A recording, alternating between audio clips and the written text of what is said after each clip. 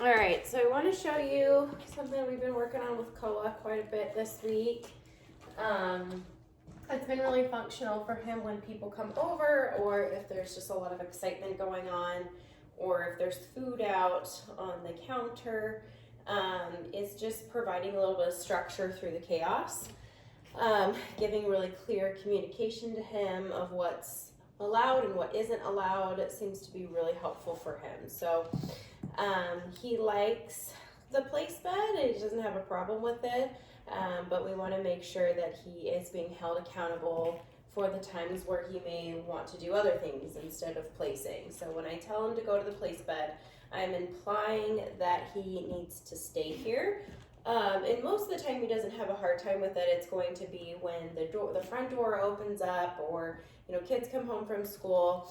And so we try to practice this a lot with commotion, as well as when it's just like him and I in the house and kids are gone and my husband's at work. So I want to make sure that he understands what's expected. So when I tell him to place, what I'm saying to him is I want you to go to the bed and lay down there until I release you. So I'm actually not saying the word stay, I'm just saying place and implying that he needs to do this. I'm insisting on permanence despite how far away I may be from the place bed, how many distractions are in the environment, and how long he is required to stay there. So sometimes it's short and sweet, and it's just when somebody's at the front door, and other times it's maybe I need to respond to emails or get on a phone call with somebody, and I don't want him just wandering, getting into trouble with things on the counter. And so it can provide a lot of structure. Now he's kind of a couch potato. He doesn't seem to need a ton of constant stimulation in the house, because running him once a day and working his little noggin seem to provide a lot of fulfillment for him where he can relax. So as long as those things are still taking place, he is totally happy to lounge on the bed. So I want to show you how I do it for the door. So I'm actually going to pull him off the bed, go ring the doorbell, then put him there, and then pretend to go answer the door even though there's not somebody here. So this is what we did a lot for Halloween because we had so many opportunities.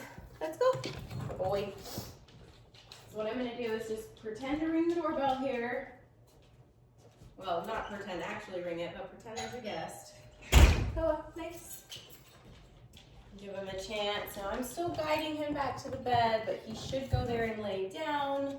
And then I'm going to pretend to let somebody in. Come on in. Sometimes I'll even ring it a couple times. Knock on the door. So this was extremely hard for him the first week. He just kept wanting to get up and go over and see. It's getting a lot easier. I'm still using the leash. Good job, buddy. Good boy. Yeah, so he's a lot more relaxed about it. I'm still using the leash to help where he needs the help, but for the most part, he's starting to get it on his own without the leash. So if I pick up his leash and I tell him free, good, and that's his time to go be a dog, hang out.